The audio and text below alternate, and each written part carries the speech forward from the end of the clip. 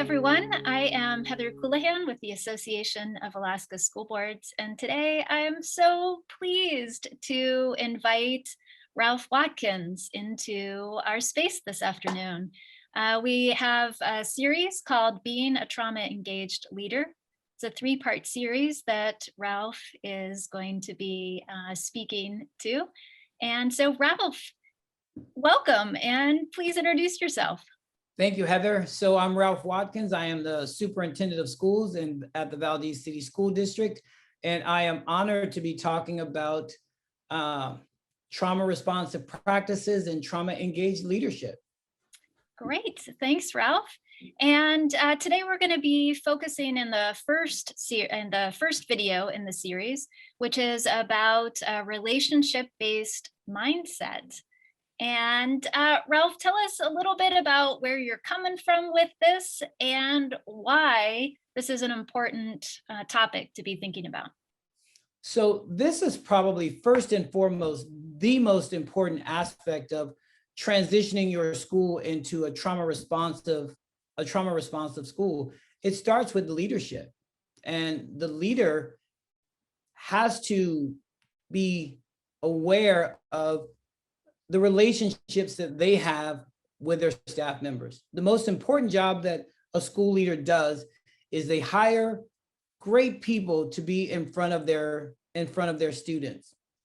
The most important role the leader has then is supporting their staff, and building a relationship, a personal relationship with them is key. And it takes intentionality. It takes creating space for those relationships to develop. It takes time for those relationships to develop.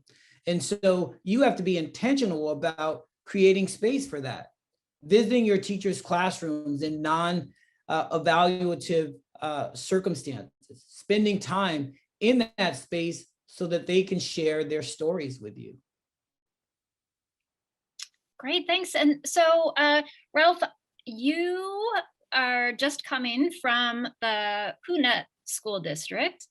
And what did that look like for you when you were in Hoonah? And can I show a picture of Hoonah? Absolutely.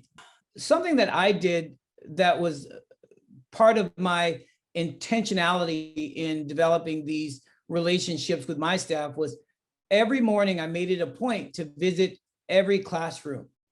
I made it a point to spend time in with my teachers to say good morning, to get a sense of where they were at the day, but also to be present for them to share with me their thoughts and their feelings, to tell their story. Other things I did was I was intentional in being visible in the hallways in the morning, visible during lunch, visible when greeting students. Those things, by me modeling relationships with my students and with my staff, it became a school-wide expectations that relationships are primary. Kids don't care how much you know until they know how much you care. That holds true for staff members also. So those people watching the video, like now it's their turn. What can they do as soon as pressing stop on the video? How can they get started? So there's a couple of things. First, you have to remember that relationships aren't a box that you check.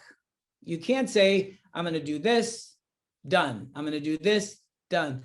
Relationships are about being genuinely interested and concerned and caring about the people you're trying to build relationships with. So first thing, listen. Listen to the stories that people are telling you, because within those stories, people are telling you what they need from you. And that's key. There are other things too that you can do to build these relationships. Not only listening, but sharing. Letting them get to know you is also key. Find out how your staff likes to be appreciated, and then appreciate them that way. At the start of every year, I send out an appreciation survey based on the work of Stephen Chapman, the love languages. Well, I send out this appreciation survey, and then I appreciate them that way. And that's something that they really, really value. So creating space, finding out what your staff needs from you, and then providing that, and then listening, really listening to these stories that your staff members are telling you, because within those stories, they're telling you who they are, what they're feeling, and what they need from you. I'm just going to circle back to what I said earlier.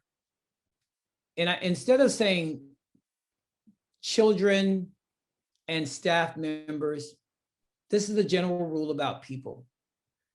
People don't care how much you know until they know how much you care. And there are so many opportunities to demonstrate that care. And it starts with trying to being intentional about building relationships with the people that you come in contact with.